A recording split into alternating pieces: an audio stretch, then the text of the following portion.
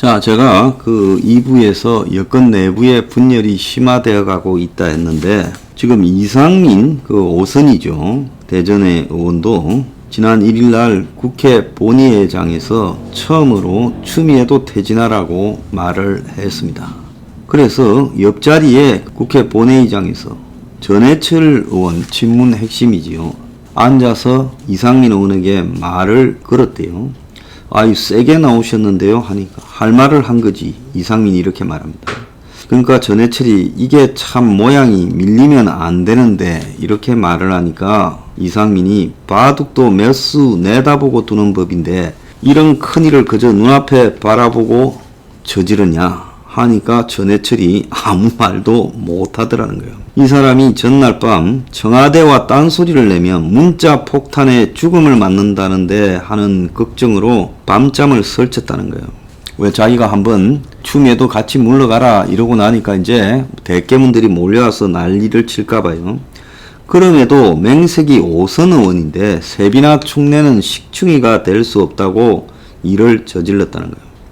그래서 문받을 문자 폭탄이 1000개가 나왔는데 충정에서 나온 고언이라고 답변을 했더니 똑같은 얘기를 왜 복사해 보내나 하고 항의를 하더라는 거예요. 그러니까 답변을 똑같이 보내니까 이제 답변이 똑같다고 또 지랄들을 하더라는 겁니다. 요렇게 비슷하게 가끔씩 옳은 이야기 하다가 한 방씩 맞는 정성호 의원이 조언을 해줬다는 거예요. 이게 중앙일보 지금 나온 칼럼 내용입니다. 시간 날 때마다 문자 폭탄 보내온 번호를 차단하면 1000개쯤 차단하면 폭탄이 안 올 거다. 진짜 1000개를 차단하니까 그 다음부터는 거짓말같이 안 오더라는 거야. 그러니까 한 1000명 정도 되는 정권의 도배지라는 일종의 숨어있는 이 악플 다는 전문 악플러들이 뭔 관계가 있을 거예요. 청와대와. 의원들에게 문자 폭탄을 보낸다는 겁니다. 조응천 의원도 공수처 출범시키고 윤석열 배제하면 사법 정의가 서겠냐라고 하니 문자 폭탄에 엄청 시달렸는데 잠을 설쳤다는 거예요. 이거 말을 하기 전에요. 검찰총장 직무정지 뉴스를 퇴근 직후 알아서 목소리를 내야 되겠다 다짐했다는 거예요. 하필은 왜 내가 총대를 매야 돼 생각도 들었지만 내가 안 내면 국회에 왜 있냐 이런 생각이 들어서 출근하자마자 초안을 3번 따듬어서 메시지를 내니 민주당 한 중진 의원이 말이야 맞다. 그런데 이 아사리판에 따구리 싸움을 붙어야지 팔짱 끼면 되겠냐 이러더라. 어이가 없어. 이건 저울을 망가뜨리는 거다. 왜? 법의 상징이 법원에 가면 저울이잖아요. 그래서 이승윤이까지 이제 퇴임해야 되나 하고 고민에 빠졌다는 거예요. 문패거리 전체가 지금 완전히 대깨문들이 고립되어 가고 있다라는 게 보입니다. 노무현 측근이자 여시제 사무총장이었던 이광재조차도 진영 아닌 국민의 대통령이 돼야 권력 내어주겠다던 노처럼 야당과 협치에 나서야 이렇게 말을 했습니다. 이광재는 홍석현이 이야기하고 비슷한 소리를 하는 사람이고 일종의 개헌 세력이라고 봐야 되겠죠. 다른 정파에 연정하거나 협치 등을 할 수밖에 없다. 이렇게 지금 이야기를 하면서 노무현도 과거에 그랬다. 이렇게 말을 했습니다. 자, 지금 여권 내부에서 이제 그동안에 숨죽이고 말을 못하던 사람들이 왜 갑자기 이야기를 할까요? 이유가 있지요. 자, 이제 총선은 2024년에 치러집니다. 2024년의 공천은요, 문가리가 하는 게 아니라 문가리 다음 사람이 하는 거예요. 그래서 이제 여권 내부의 의원들도 야, 내가 지금 문가리한테 빨리 벗어나야지 나중에 큰 소리 치고 내 힘이 생기지. 지금 문한테 다시 계속 숙이고 있다가는 이건 끝이다. 그래서 앞다퉈서 이제 소리를 내자라고 하는 사람이 많아지고 있다는 겁니다. 자, 이러다 보니까 지금 문이 완전히 무너져가는 부분이 보이는데요. 국민의 동당에 김종인은 신이 났습니다. 윤 찍어내기 국제적 망신이다. 희대의 국제망신이다. 중단해라. 요렇게 이야기를 하고 있습니다. 자, 지금까지 김종인 입장에서는 굉장히 초조했을 거예요. 문이 분명히 개헌을 할 것처럼 포지션을 보였고 그래서 자기가 지금 동당에 내년 4월까지 대표를 맡았는데 문이 총선 승리 이후에 입장을 바꿔가지고 자기 정권을 창출할 듯 하면서 개헌 이야기를 싹 집어넣어 버렸어요. 그래서 이 개헌 세력들이 지금 낙동강 오리알이 되어버린 상황입니다.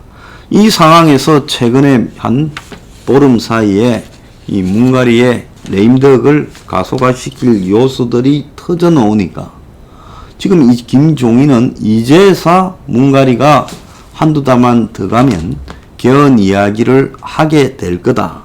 이렇게 지금 보고 있는 거예요. 그래서 김종인은 개헌 말고는 관심이 없어서 588조의 국민 예산, 자 내년에 110조에 가까운 부채를 쌓는다는데 이걸 통과시켜 줘 버렸습니다. 그러면서 국회의원 저것끼리 갈라먹을 민원 예산을 5천억을 슬쩍 물타기 해놨다는 거예요. 김종인이 문가리가 힘이 빠지니까 개헌 주장을 소리를 높여서 해도 되겠다. 이제 안심이 좀 들 거라고 보고 내년 4월 서울 부산시장 보궐선거 전에 여권에서 개헌 이야기가 나오게 될 것이다 라고 생각을 하는 겁니다. 자, 그런데 여기서 중요한 거는 윤석열이 기득권 세력인가 반기득권 세력인가에 대해서 우리가 이제는 한번 봐야 된다는 거예요. 윤석열이 기득권의 대리인인가 아니면 그가 그야말로 반기득권 입장을 가진 개혁 세력인가 하는 부분은 윤석열의 지금까지의 행보를 보면 상당히 아리송한 측면이 있다는 겁니다.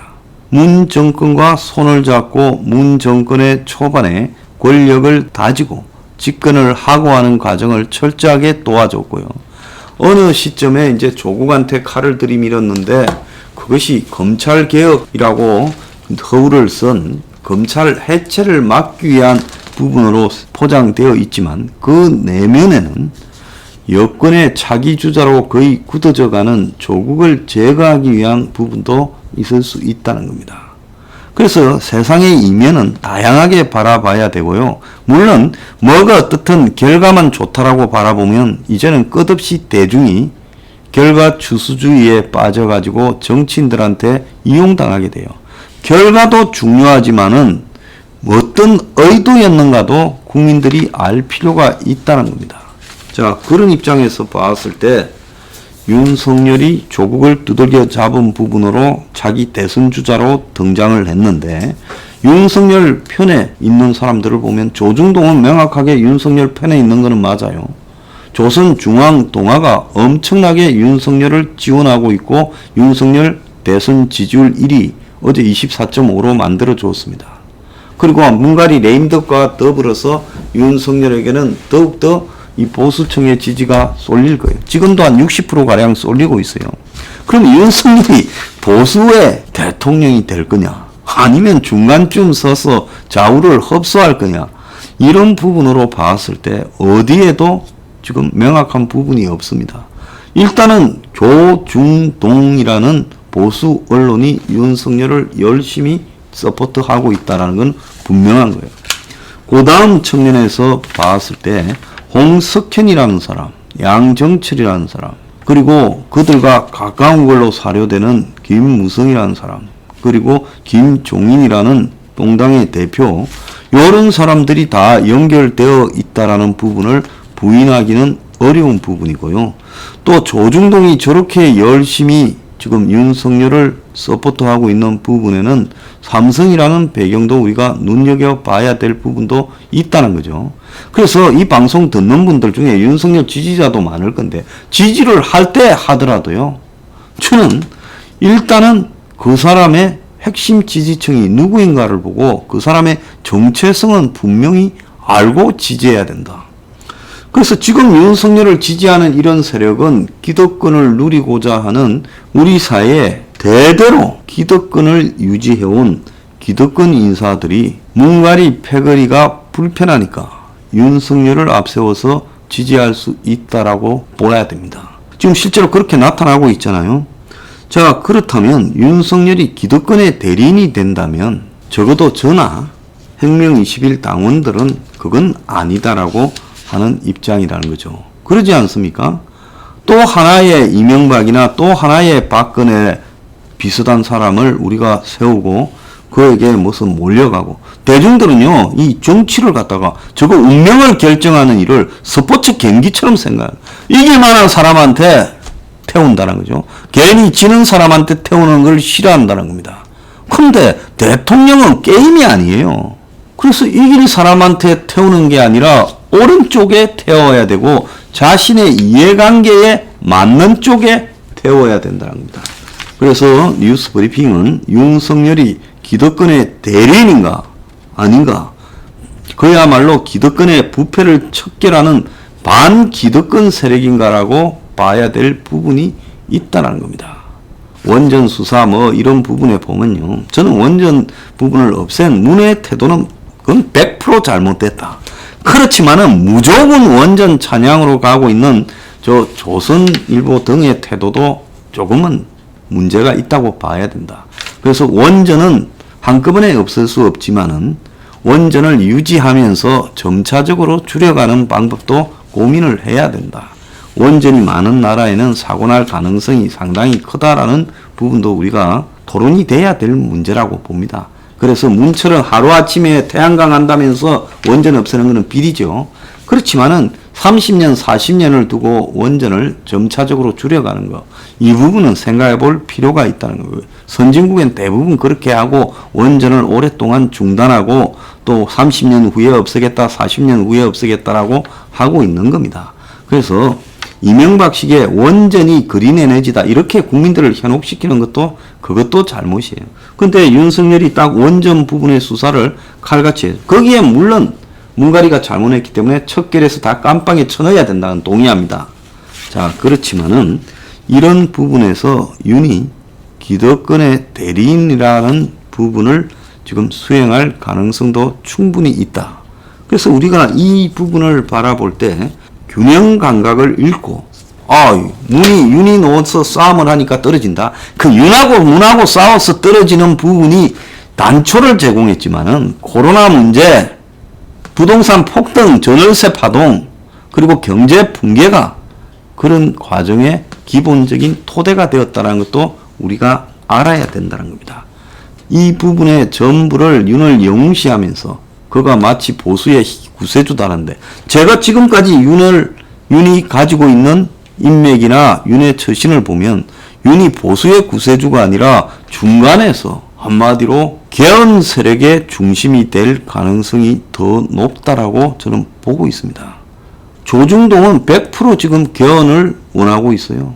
한편으로는 보수 단계를 시킨다고 김대중 고문같이 조선일보에서 내부 연한이 얼마 안 남은 인물을 동원해가지고 보수 단계를 외치면서, 다른 한편으로는 중점을 개헌을 갖다가 지금 이원집정부제 개헌을 하려고 하고 있다는 겁니다.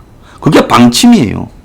그러면 그들이 밀고 있는 윤은 우리가 기득권의 대리인이냐 아니면 반기득권 개혁 세력인가 하는 부분에 대해서는 적어도 핵명 21을 지지하고 그 당원이라면 눈여겨 조심스럽게 바라봐야지 여기에 춤출 일은 아니다라는 겁니다.